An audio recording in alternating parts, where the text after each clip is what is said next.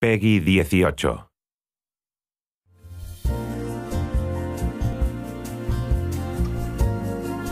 You're trapped inside an enormous adult playground with no escape in sight. Your only company? Thousands upon thousands of flesh-hungry zombies.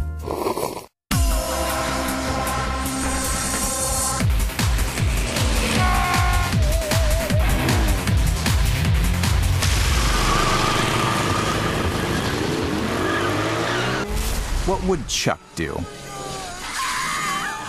One of the most effective ways of earning prestige points and leveling up in Dead Rising 2 is by rescuing the many survivors located throughout Fortune City. Now, if you played the first Dead Rising, you'll be happy to note that civilians have been trained to handle zombies in the years since the Willamette outbreak, and the Fortune City residents are a bit more capable. Still, these survivors are definitely not Chuck Green. They're gonna need your help from time to time. Sometimes this just means they'll need a weapon and they'll be ready to go. Other times you'll need to be a bit more hands-on. Fortune City is a large place and it can take precious time getting from one area to another. If you want to move more quickly from place to place though, you can always go into the underground tunnels. It gets much easier for you and your survivors if you find one of the many vehicles located below. Running over zombies is an easy way to rack up the kills. And remember, when Chuck is in the driver's seat, always wear your seatbelt. In addition to simply clearing the path in front of you, the best weapons will increase your prestige points, allowing you to level up, increasing your health, speed, and inventory size.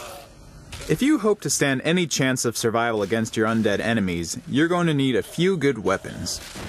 Actually, you'll need a lot of them.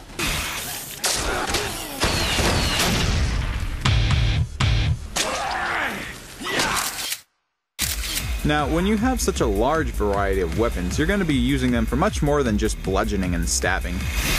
Sometimes you'll be ripping zombies apart, dismembering them, electrocuting them. Of course, weapons are always at their most effective when you have a whole group of zombies in one place.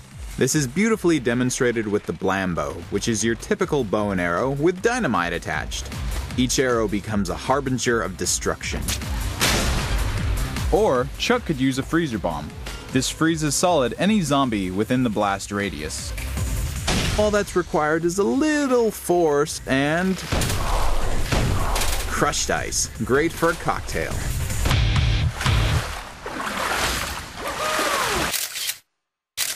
By mixing together two ingredients like milk and coffee creamer, cake and bacon, or 2 bottles of whiskey, you get one of a variety of delicious, juices, which restore a large portion of your health and imbue you with almost magical powers. All you need is to find one of the many blenders scattered throughout Fortune City. Some juices will make it so that Chuck can't be grabbed by zombies. Others will put a little spring in his step. Or a lot of spring. How dare you! I'm Antoine! I am the king of cuisine!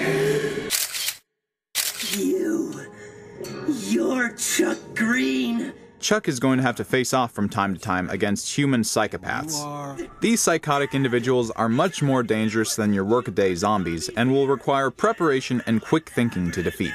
The key is to make sure you're equipped with the best in health and weaponry. Right now, Chuck is battling against Slappy. Chuck isn't well prepared, so all he has to fight with is a water gun. Normally, this would be a great time for Chuck to switch to unarmed combat. But that's not a very good strategy. Poor form, Chuck. Poor form. This battle presents an interesting challenge, as Chuck has to fight down 2 psychopaths at once, Snowflake and Ted. The battles are tough, but the rewards are worth it and give you a huge boost in prestige points. Fresh me! Just for you, kitty! I know my way around a zombie or two.